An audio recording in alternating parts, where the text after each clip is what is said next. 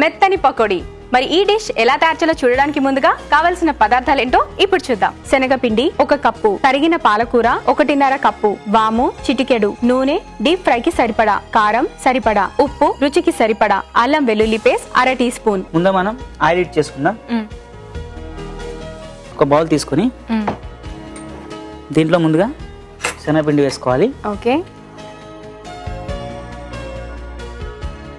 దీంతో పాటుగా కొద్దిగా వాము.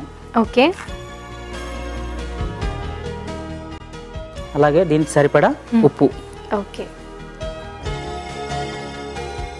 అలాగే కొద్దిగా కారం,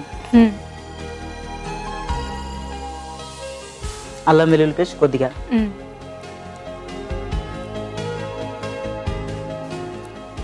సన్నగా తరిగిన పాలకూర. ఓకే.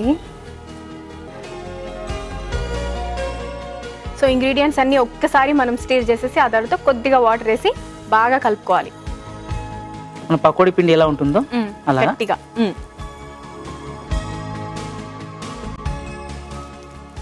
దీన్ని మనం పకోడీలా వేసుకోవాలి. ఓ,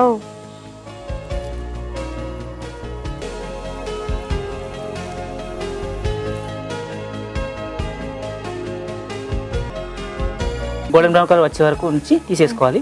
ఓకే. ఓకే.